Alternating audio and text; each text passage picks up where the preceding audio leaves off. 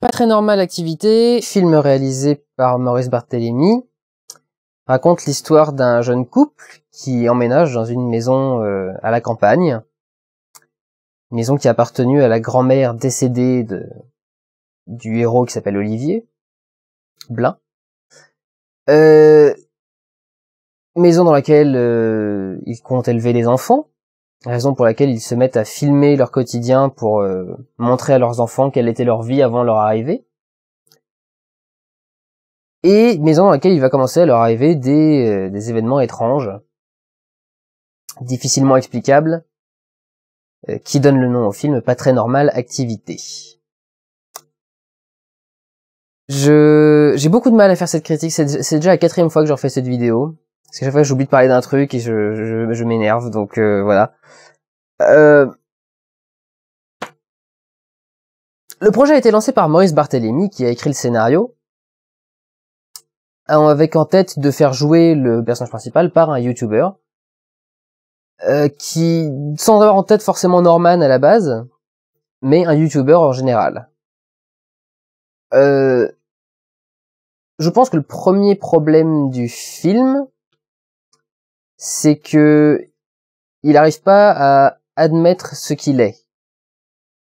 Principalement 2 choses, une parodie de Paranormal Activity et une vidéo de Norman d'1h30. Il refuse vraiment publiquement de l'être. C'est-à-dire que quand Maurice Barthélémy parle du film, il dit c'est pas une parodie de Paranormal Activity, mais ça s'en inspire, par exemple. Il y a un endroit où commence la mauvaise foi.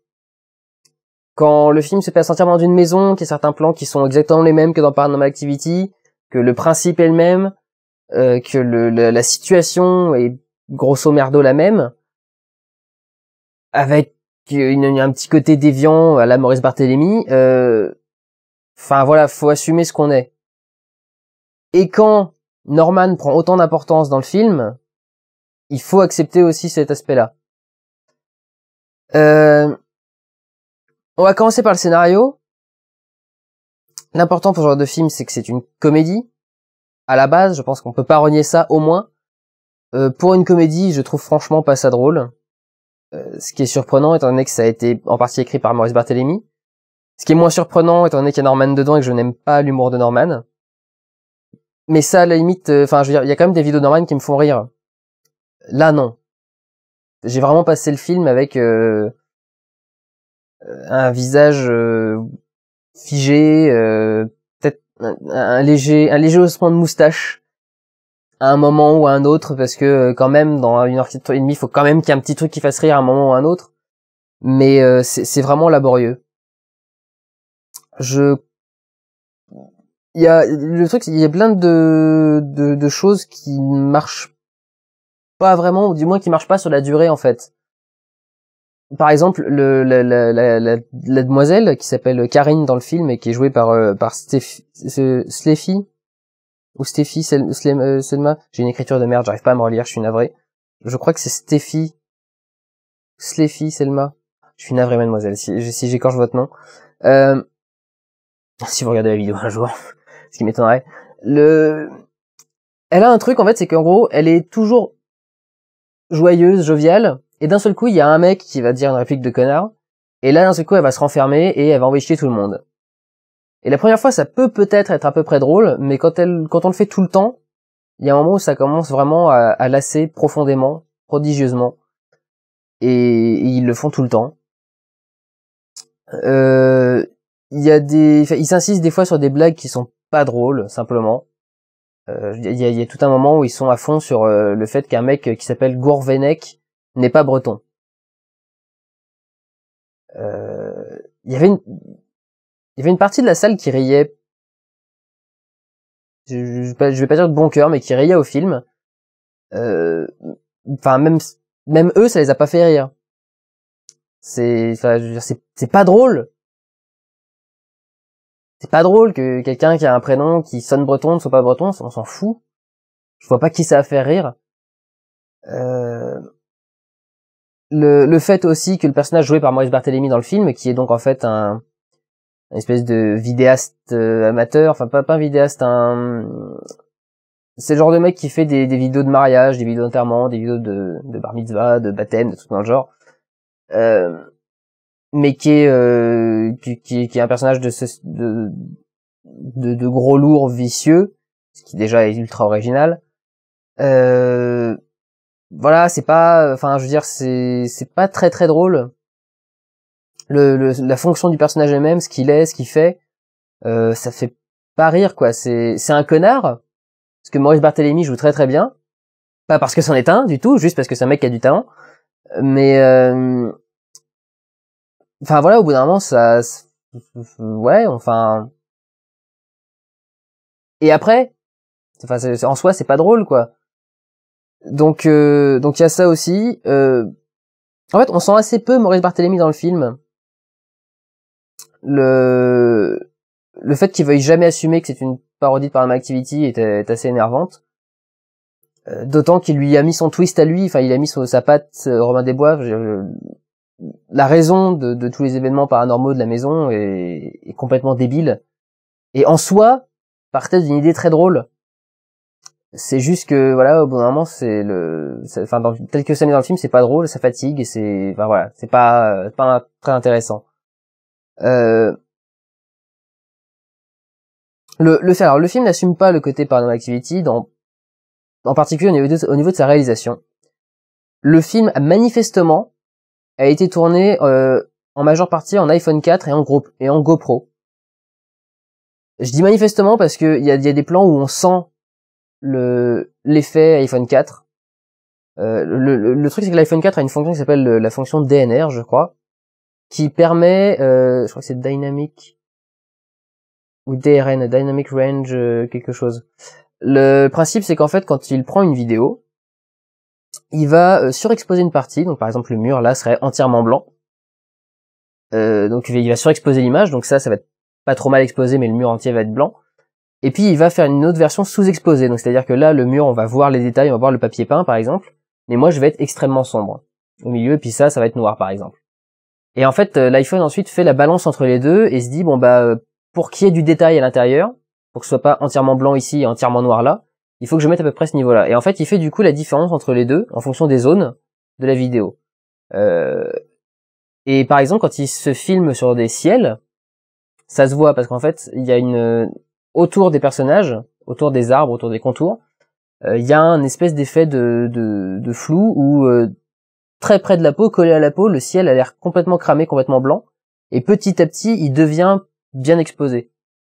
Donc ça c'est un effet qui trahit vachement l'iPhone 4, et je pense que du coup qu'il y a une majeure partie du film qui a vraiment été filmée en iPhone 4 et en GoPro et une petite caméra numérique de pas très bonne qualité à certains moments. Pour coller à l'effet au style fan footage du coup. Le problème c'est que le film assume pas du tout son côté fan footage. Il y a plusieurs choses qui le démontrent. L'une des premières c'est déjà le format du film. On fait pas du fan footage en cinémascope. Il y a un aspect gros coréaque à dire un truc comme ça, mais si on fait du fan footage, on le met dans le format d'origine. On recadre pas des vidéos qu'on a trouvées comme ça de quelque part dans la rue ou dans où des gens ont capturé eux-mêmes. Si l'iPhone filme en 16 neuvième, si la GoPro filme en 16 neuvième, si la caméra numérique filme en 16 neuvième, on fait du 16 neuvième. C'est pas un truc de pro, le cinémascope c'est un format pro. Personne n'utilise le cinémascope. Quand les films font des chaînes de télévision qui passent en cinémascope, j'ai toujours envie de hurler, je veux dire, où est-ce que vous avez vu une chaîne de télévision en cinémascope? Déjà quand ils les faisaient en 16 neuvième, c'était pas crédible parce que en dehors des États-Unis, le 16 neuvième était pas du tout installé dans les autres pays. Mais là maintenant quand ils font des films en cinémascope, enfin quand ils font des émissions de télé en cinémascope, c'est juste pas du tout ça quoi. Donc déjà le fait de mettre le film en scope, ça montre bien qu'ils ont soit rien compris au fan footage, soit qu'ils en avaient rien à foutre de respecter les codes, soit qu'ils l'ont fait exprès parce que Maurice Barthélémy arrête pas de dire oui mais du coup il y a un esprit fan footage, mais le but c'est pas de refaire Paranormal Activity et donc pas forcément de respecter ces codes là. Donc peut-être qu'il a fait exprès de changer le format pour ça, et peut-être aussi que ce qu'il a fait d'autre c'est qu'il a fait plein de plans qui sont pas tournés par les gens. Il y a plein de plans. Je crois qu'il y en a, j'ai dû en compter 3 ou 4. Il y en a quelques-uns comme ça qui sont pas tournés par un iPhone ou par une caméra numérique ou par un truc dans le genre. Et du coup, enfin voilà, on n'est plus dans du fan footage. Même si on veut rester parodique, ça reste intéressant de filmer de la bonne façon. Sinon, on arrive à l'épisode 50. Et regardez mes critiques pour voir de quoi je parle. Et donc du coup, il y a un truc qui va pas. Enfin, il y a un code qui est pas respecté. Il y a un truc qui va pas. Et je vois même pas de raison de le faire comme ça, si ce n'est exprès pour faire chier en fait, ou exprès pour faire gueuler. Il a rajouté des musiques au-dessus, donc ça fait vraiment du fan footage mis en scène complètement. Ce qui peut coller avec le principe, l'idée du film, c'est qu'en fait c'est le personnage de Maurice Barthélemy dans le film qui a récupéré les images et qui en a fait un film. Donc, étant donné que lui c'est un gros lourd, gros beauf, etc., peut-être que lui aurait pu effectivement recadrer le truc en cinémascope et mettre des musiques au-dessus. Mais quand même. Et le film souffre d'être constamment avec un montage à la Norman. Et c'est là que vient le principal problème du film, selon moi, c'est-à-dire Norman. Au niveau vraiment technique du montage, c'est que du jump cut à fond la caisse, mais même pas du bon jump cut dans les règles de l'art. C'est-à-dire que par exemple, des fois, il y a une réplique qui va enjamber un jump cut. Le principe du jump cut, c'est qu'on coupe l'image en même temps que la vidéo. L'image en même temps que le son. Là, des fois, il y a une réplique qui commence sur une image, on a un jump cut avec une image plus loin, et la réplique a continué normalement, comme si on avait retravaillé le son, quoi. Ce qui colle pas non plus. Enfin, c'est pas comme ça que ça fonctionne le jump cut. Que devrait pourtant connaître Norman. Et donc, venons-en à Norman.